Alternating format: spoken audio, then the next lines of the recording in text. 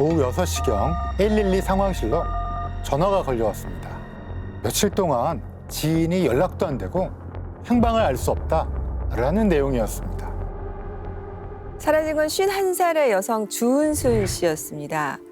이틀 전에 신고자와 주 씨는 스크린 골프장에서 만났다가 새벽에 늦게 각자 집으로 돌아갔는데 그 이후로 연락이 끊긴 거였습니다. 신고 당시 주 씨는 신고자의 차를 빌려 탔는데 사정이 생겨 돌려받아야 했던 겁니다. 그런데 연락이 닿지 않으니 일단 주 씨의 집 주차장으로 가본 거죠. 아파트 주차장에 주차되어 있었습니다. 신고자는 주 씨의 집으로 일단 올라갔습니다. 그런데 주 씨는 없고 남편인 60살 유청훈 씨가 있었던 거죠.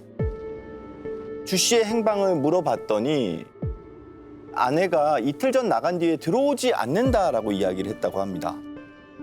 신고자는 차키를 받아야 했기에 일단 남편에게 양해를 구하고 집 안으로 들어갔습니다. 그런데 식탁 위에 주 씨의 것으로 보이는 휴대전화가 놓여 있었습니다. 보통 나갈 때 휴대전화를 대부분 가지고 나가잖아요. 신고 당시 저희 팀이 당직 중이었는데 사실 주 씨가 성인이라 단순 가출일 가능성도 컸고 초동 조치하고 다음 날 실종팀에 인계하면 되는 건데 휴대전화가 집에 있었다는 신고자 얘기를 들으니 불길한 예감이 들었습니다. 수사팀은 일단 주 씨의 동선을 파악했습니다. 신고자가 주 씨하고 헤어진 시점부터 CCTV를 확인했어요. 신고 하루 전인 8월 29일 새벽 4시 40분 주 씨가 탄 차량이 아파트 지하 주차장으로 들어옵니다. 주 씨는 아파트 15층 자신의 집으로 들어간 것이 확인됐습니다. 어쨌든 근데 신고자가 찾으러 갔을 때는 주 씨가 실제로 집에 없었잖아요. 잠깐 들어갔다가 다시 외출을 했을 수도 있는 거네요. CCTV를 분석해 보니까 집으로 들어간 주 씨는 전혀 집 밖으로 나오지 않았어요. 1시간 뒤인 새벽 5시 40분에 남편 유 씨가 엘리베이터를 타는 모습이 포착됐습니다. 뭔가 커다란 게 종이가 있고 그 아래에 자전거는 또 아닌 것 같긴 해요.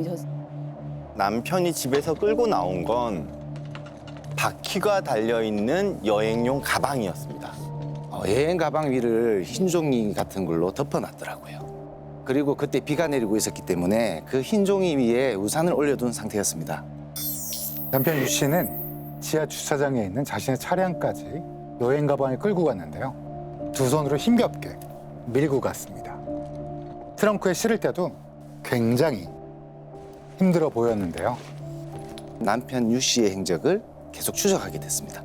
여행 가방을 싣고 나간 지 1시간 뒤인 아침 7시경인데요.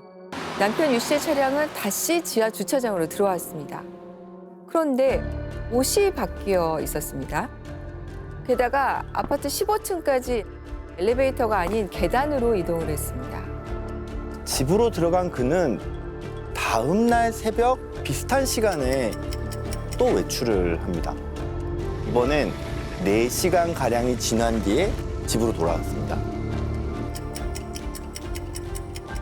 수사팀은 일단 지하 주차장에서 잠복을 시작했어요. 그런데 다음날 새벽 6시 팀원에게 급하게 전화가 걸려옵니다. 유 씨가 주차장으로 내려왔다가 다시 올라갔는데 아무래도 곧 어딘가로 갈 것 같다는 연락이었습니다. 다행히 도착하고 얼마 지나지 않아서 유 씨가 모습을 드러냈습니다. 유 씨에게 아내의 행방을 물었던 거죠. 모른다고 했어요. 그간 CCTV에 나온 모습 또 여행용 가방에 대해서도 물어봤는데 제대로 대답하지 못하는 걸 보고 긴급 체포를 할 수밖에 없었던 거죠. 무덤덤하게 놀라는 기색도 없이 반항도 하지 않았고요. 수사팀은 바로 유 씨를 데리고 집으로 올라갔습니다. 집안이 흐트러짐 없이 평온한 상태였어요. 현장 감식도 진행을 했는데 혈흔 반응이 전혀 나오지 않았습니다. 체포한 유 씨에 대해서 확인해 보니 아내 주 씨의 실종 2~3달 전부터 가정폭력 신고가 여러 건 접수가 되어 있었던 거예요. 칼 들고 위협을 하거나 폭행했다는 신고가 있었습니다. 남편 유 씨는 부부 갈등이 있었다 이런 사실은 인정을 했습니다. 돈을 벌어오라 잔소리를 많이 하고 그래서 화가 나서 다퉜다는 거죠. 하지만 자신은 아내를 폭행한 적도 없고 칼을 들고 협박한 것도 화가 나서 신용만 했을 뿐이다. 이렇게 변명을 했습니다. 남편 말이 사실이라고 해도 지금 아내가 사라졌잖아요. 그럼 실종 신고를 먼저 하는 게 맞는데 이건 좀 너무 태연해서 이상하거든요. 평소 아내의 외박이 잦았기에 신경 쓰지 않았을 뿐이다. 아내가 어디 있는지 자신은 모른다. 반복적으로 진술했습니다. 남편 유 씨가 뭔가를 숨긴다는 인상을 받았습니다. 아내의 행방에 대해서는 계속 부인하고 묵비권을 행사했으니까요. 수사팀은 일단 남편 유 씨가 그날 새벽 여행 가방을 들고 어디로 갔었는지를 확인해 봤습니다. 다행히 경북 성주 한 시골 마을로 간 것까지 확인이 됐습니다. 대체 그곳에 저희도 왜 갔을까 싶어서 조사를 해보니 남편 유 씨의 땅이 있더라고요. 캠프장 사업을 하려고 했는데 용도 변경이 실패해 그냥 뒀대요. 농막 하나 지어서 개인적으로 쓰고 있었다고 했었습니다. 왜 그렇게 새벽부터 거기를 갔대요? 집에서 안 입는 옷들을 정리했는데 너무 많았다. 태우려고 여행 가방에 담아갖고 갔다. 근데 그날 비가 와서 못 태웠고 다음날 새벽에 다시 가서 여행 가방 통째로 태웠다라고 진술했습니다. 태울 거면 옷만 태우지 왜 가방을 통째로 태우죠? 고장난 가방이라서 그냥 태웠다고 했어요. 오히려 저희도 혼란스러웠습니다. 이게 잘못 짚은 것은 아닌지. 그래서 수사팀은 즉시 250여 명의 수색대를 꾸려서 대대적인 집중 수색에 나섰습니다. 정말 샅샅이 뒤졌습니다. 농막 마당에 인조잔디가 깔려 있고 그걸 일일이 다 걷어서 확인을 했거든요. 근데 전혀 나오지 않았습니다.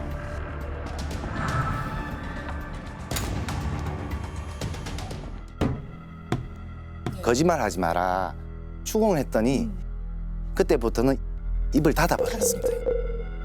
유 씨의 아들과 유 씨가 평소 잘 따랐던 친형이 계십니다. 그분들을 불러서 부부 사이에 얽힌 비밀스러운 사연을 들을 수 있었습니다. 남편 유 씨는 돈이 모을 때마다 고향인 성주에 땅을 샀습니다.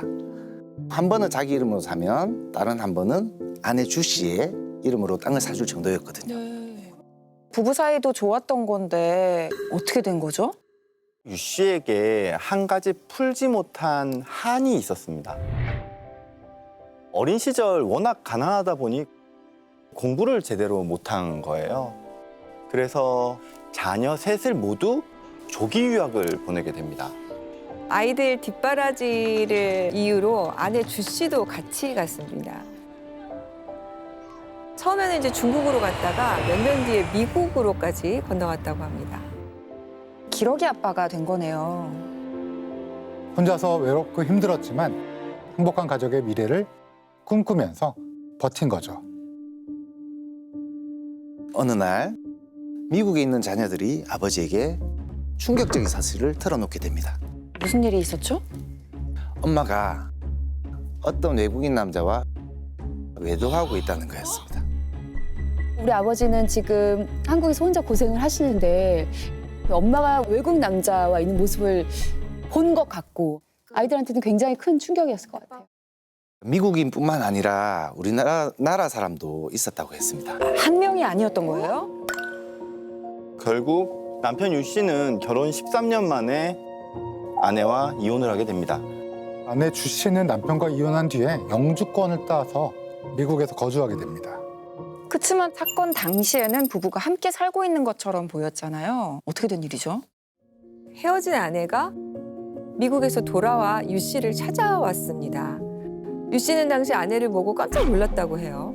아내가 해골처럼 깡 마른 모습으로 나타났기 때문입니다. 새 남편과의 관계는 일찌감치 끝났고 사실 자신이 암에 걸렸다. 미국에서 수술을 받긴 했지만 아직 완치되지는 않았다라는 거였어요. 아내 주 씨는 자녀들이 이제는 결혼할 때가 됐으니까 이제라도 우리 떳떳한 부모가 됩시다 라면서 재결합을 요청하는 거예요. 유 씨는 이미 마음이 떠났기 때문에 재결합할 생각이 없었습니다. 그런데 주 씨가 유 씨의 친형과 어머니를 찾아가 설득한 거예요. 암에 걸렸다. 3개월밖에 못 산다고 울면서 애원한 거죠. 가족들까지 재결합을 권하니까 결국 유 씨의 마음이 흔들렸던 겁니다. 결국 남편 유 씨는 암투병 중인 아내를 받아들입니다. 고향에서 함께 살기 시작했는데요. 아내를 위해 대형 병원 근처에 아파트까지 사줬습니다. 고급 자동차도 사주고 운동하라고 골프채도 사주면서 노력 많이 했더라고요. 그런데 또 여기서 반전이 일어납니다. 남편 유 씨가 배신감을 느낄 일이 일어난 거죠. 미국에 있는 자녀들이 엄마의 병원 기록을 떼어봤는데요. 암 수술을 받은 적이 없었던 거예요. 근데 왜 그렇게 살이 쪽 빠졌어요? 수술을 받긴 받았어요. 근데 그 수술이 살을 빼기 위한 위절제술이었어요. 이 기막힌 사실을 자식들이 아빠에게 전한 거죠. 그래서 자녀들이 귀국까지 하는데요. 근데 엄마가 또 어디 나가서 안 들어오는 거예요.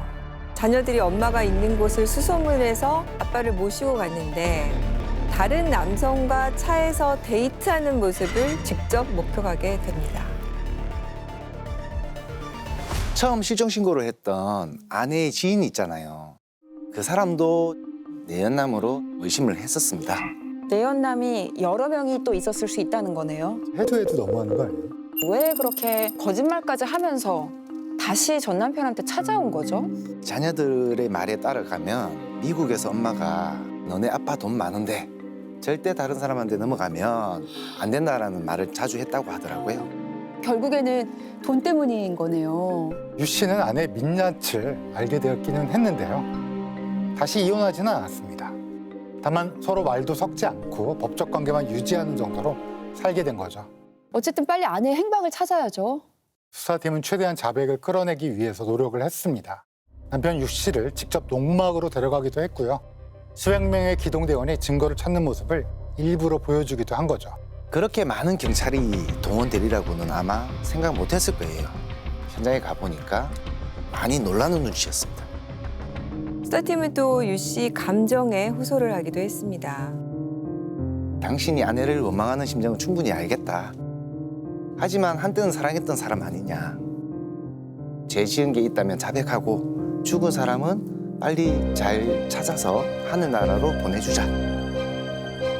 다음 날 오전에 수사팀은 유 씨와 함께 법원으로 가는 호송 차량에 올랐는데요. 한참을 망설이던 유 씨가 나지막하게 입을 열었습니다. 형사님, 할 이야기가 있습니다. 사실은 제가 아내를 살해한 게 맞습니다. 남편 유 씨의 말에 의하면 재결합한 뒤 같이 살면서 아내가 내내 자신을 무시하는 말들을 쏟아냈다고 합니다. 남편은 공장, 상가, 임야 3만 평, 전답 1,000평 등 부동산 자산이 30억이 있었다고 합니다. 재산도 많네. 아내 앞으로도 옮겨준 부동산도 몇십억은 됐을 거고요. 월세도 매달 700만 원씩 들어온 걸로 알고 있는데 그런데도 아내는 성에 좀 안 찼던 모양입니다. 가정폭력 신고가 몇 차례 있었다고 했잖아요. 이런 갈등 때문에 남편분이 손찌검을 좀 했던 건가요? 그것 또한 너무 억울하다고 남편 유 씨는 주장을 했거든요. 오히려 자신이 맞았대요. 아내가 괜히 시비 걸고 먼저 때리니까 뿌리치면서 고함을 친 거죠. 그럴 때마다 맞았다면서 신고하더래요. 당시 아내 주 씨는 이혼 소송을 준비했다고 합니다. 남편의 이혼 귀책 사유를 만들어서 재산을 더 많이 분할받기 위해 일부러 거짓 가정폭력 신고를 했다는 거죠. 물론 남편의 주장이긴 합니다. 재산 분할은 가정폭력이 있는지 여부랑 전혀 상관없이 그 재산의 형성에 기여가 있느냐 판단하는 건데 아무래도 주 씨의 경우에는 그 전에 부정행위로 이혼을 했던 게 있기 때문에 또다시 이혼을 하게 될 경우에 유리하게 판단을 받지 못할 거다 생각을 해서 본인이 가정폭력의 피해자가 된다면 이런 부분이 좀 참작이 될 수 있지 않을까 이렇게 목표를 세웠던 것 같습니다. 이번에는 제대로 준비를 해서 재산을 크게 한번 받고 이혼을 하자라고 준비하고 있었던 거네요. 주 씨는 경계성 인격 장애인 것으로 보입니다. 어떤 거죠? 정서, 행동, 대인관계 등에서 지극히 변덕스럽고요. 예측할 수가 없어요. 극단적인 감정 사이를 계속 왔다 갔다 오가며 대인관계도 아주 불안정하고요. 자신의 행동에 대한 자제력이 없고 심지어 자기 파괴적이기까지 합니다. 타인의 관심, 애정, 지원을 끊임없이 요구하게 되는 거예요. 극도로 자기중심적인 태도인 거죠. 오로지 자신의 부족함을 채우는 데만 초점이 다 맞춰져 있는 거예요. 미국에서의 외도 상대 역시 주 씨에게 착취당한 것일 수 있습니다. 결혼으로 영주권을 얻어냈잖아요. 목적이 그거였을 가능성이 크다는 거죠. 필요할 때는 세상에서 가장 사랑하는 사람인 것처럼 행동하지만 내 욕구가 충족되거나 상대방이 더 이상 쓸모없다고 판단되는 순간 싸늘하게 돌변하는 거죠. 남편 같은 경우에도 이 아내한테는 취약한 대상이라고 이미 인식돼 있고 이 사람의 가족들을 설득하면은 결국에 나한테 넘어오게 될 거다라고 판단하는 거죠. 사건이 발생한 그날 새벽입니다.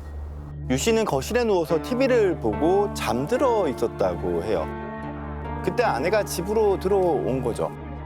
근데 들어온 아내가 유 씨를 발로 차면서 욕을 하고 야, 전기세도 안 벌어오면서 한심스럽게 이러고 있냐? 이런 식으로 폭언을 늘어놨다는 거예요.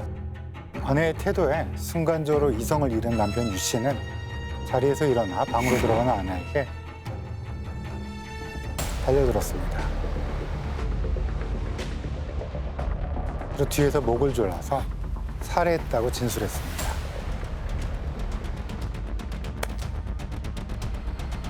아내를 살해한 유 씨는 여행 가방에 시신을 옮겨 담았습니다.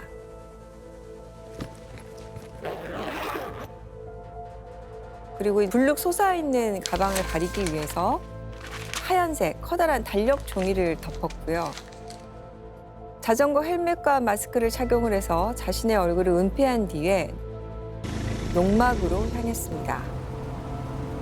하지만 비가 내려서 일단 그대로 두고 다음 날 다시 가서 시신을 처리합니다. 당연히 시신을 땅에 묻었을 거라고 생각했습니다. 그런데 유 씨는 공막 농터에 20cm 가량 되는 나무 기둥을 쌓고 엔진 오일을 부어 4시간 가량 시신이 든 가방을 완전히 태운 거예요.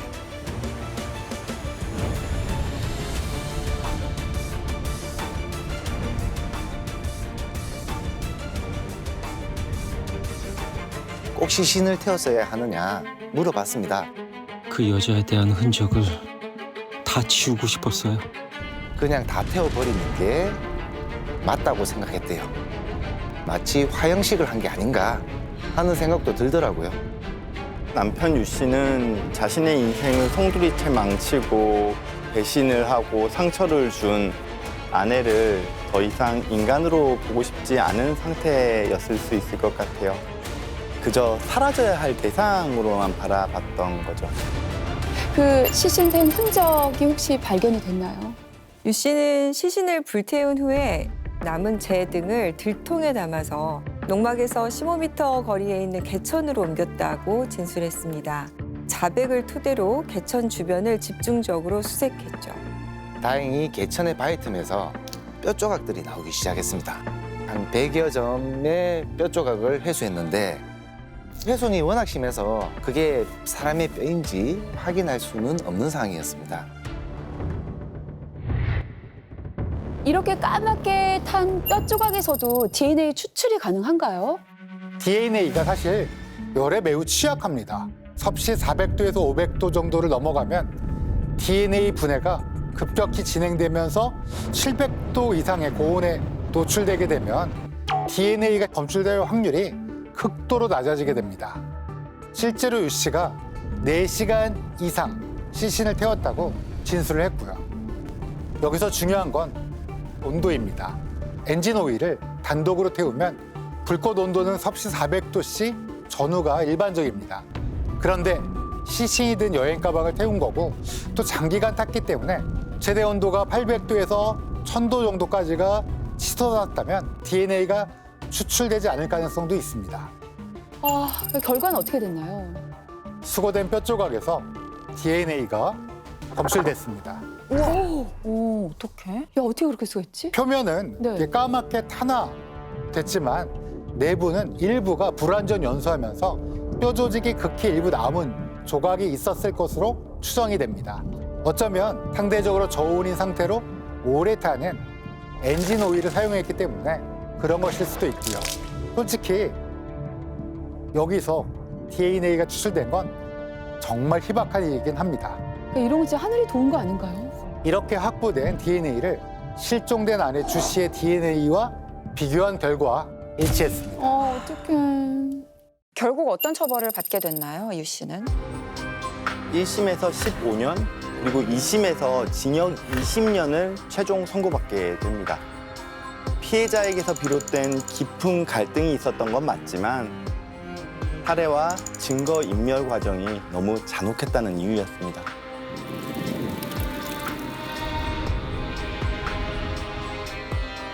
해결은 됐는데 씁쓸함이 많이 남는 사건이네요. 남편 유 씨는 이제 평생 가족을 위해서 참아왔잖아요. 자녀들을 위해 기꺼이 기러기 아빠가 됐고 또 배신당한 뒤에도 자녀들 생각에 아내를 받아줬습니다. 그런 선택이 오히려 더 큰 비극을 만들었다는 것이 안타까운 것 같습니다. 제가 걱정되는 건 자녀분들이 받았을 상처죠. 이 모든 과정을 가장 가까운 곳에서 지켜봐왔잖아요. 심지어 엄마의 외도를 아빠에게 직접 알리기까지 했고요. 어쩌면 평생 죄책감에 시달려야 할 수도 있을 것 같아요. 절대 자녀분들의 잘못이 아니라는 거를 말씀드리고 싶습니다. 그리고 아무쪼록 상처가 잘 아무셨기를 바라는 마음입니다.